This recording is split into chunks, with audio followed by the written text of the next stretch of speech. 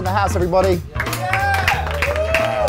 Hey, we love having you in the studio, Julien. And we know how much you love our gifts. Yeah. So we've got you another one. Oh, wow. It's a special scarf this time around. It's the Boateng brothers scarf. Oh, yes. There you go. And I can put it with my Eduardo scarf. well, you could, which you appeared to have left on the set last time. It's right next to you there. Don't forget to take that with you next time. Yeah. Let's start with Italy, Costa Rica. Of course, the game that confirms England's early exit from the tournament. You haven't been on the show since the England defeat against Uruguay. What do you make of it all? Well, I think England were quite disappointing overall. I was expecting them to do better, especially in retaining the ball, in possession. We all knew that Uruguay would press quite high, that they would be very aggressive. We saw Rios on Rooney straight on, and they had no answer to that. I don't understand why Jack Wilshere didn't come on. I don't understand why Hudson took so long to change something. And even when they went 1-1, I think they should have known better to keep the score, because a draw was obviously a good result seeing what happened before, and I was very disappointed. So the nucleus of a very good team, potentially, within 2 years. So should Hodgson stay as the manager, or do you think there's a viable alternative to bring in now? I'm not a fan of Hodgson. I've never been. I think he's far too conservative. I think he made mistakes both in the squads, in the choices of the team, the formation of the team, tactically. I think he's made many mistakes, I have to say. I'm not sure if there is a better person to take the job on. There probably is, I think, because it's an appealing job, I think. But I'm not a big fan, and I don't think he did a good job. I don't think he did a good job enough. I don't think he's learned much more himself since 2012 onwards. And I can't see why he would improve things. Costa Rica storming into the last 16. How good is this team, do you think? It's crazy, isn't it? It seems that they're just happy to be together, have quite a lot of confidence, and they just play for each other. And I think that's exactly what England haven't done, for example.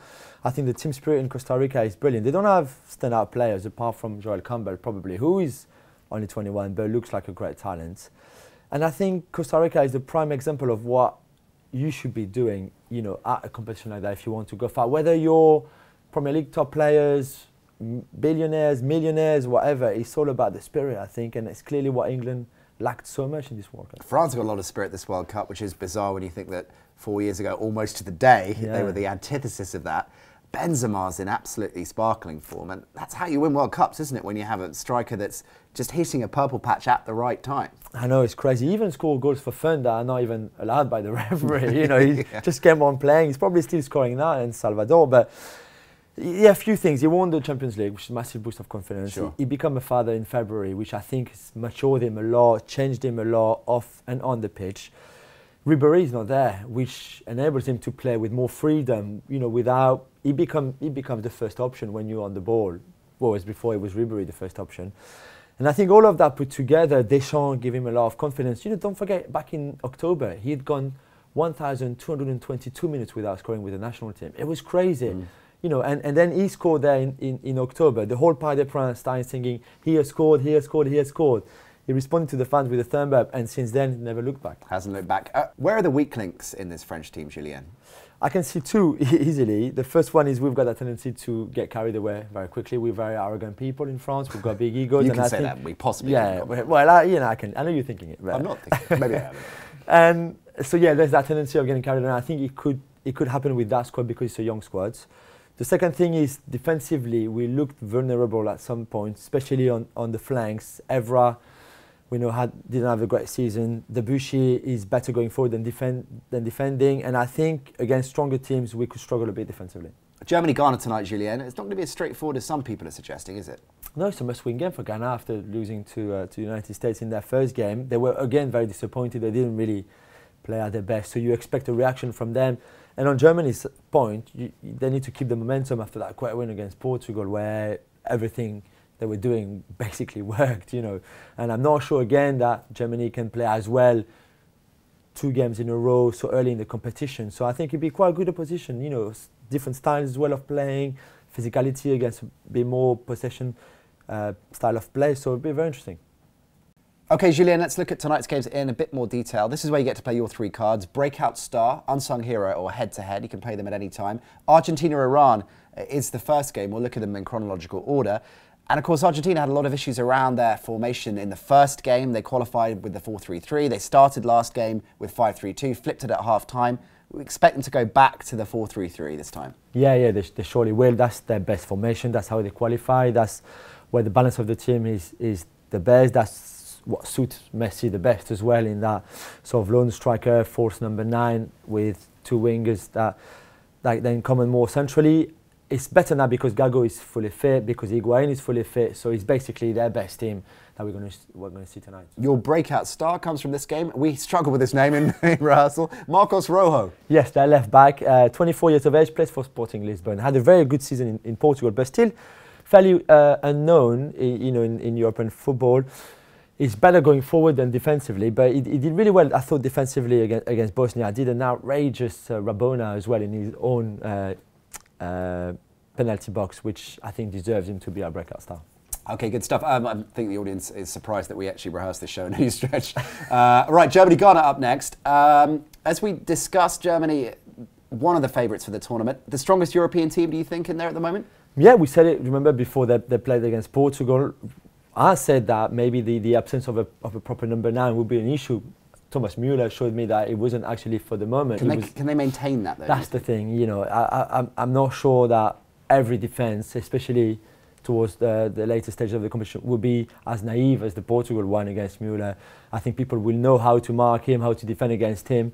However, it was still an very impressive first game for Germany, and you expect them to keep building on that against Ghana. Now, the Boateng brothers, of course, have influenced your wonderful attire there.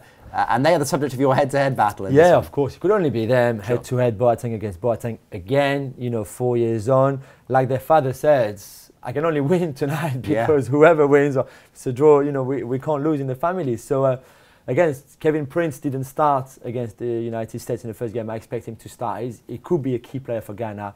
And Jerome playing a bit outside of position at right back. Still had a good first game. And but yeah, what a game. I mean, for a family, you have 2 sons playing against each other at the World Cup. Must be pretty special. Doesn't get much better than that. And Nigeria-Bosnia, the late game, make or break for Bosnia in this one. Yeah, they were good in the first game against Argentina, despite the defeat. It was their first ever World Cup game. Don't forget, they're the rookie of the competition.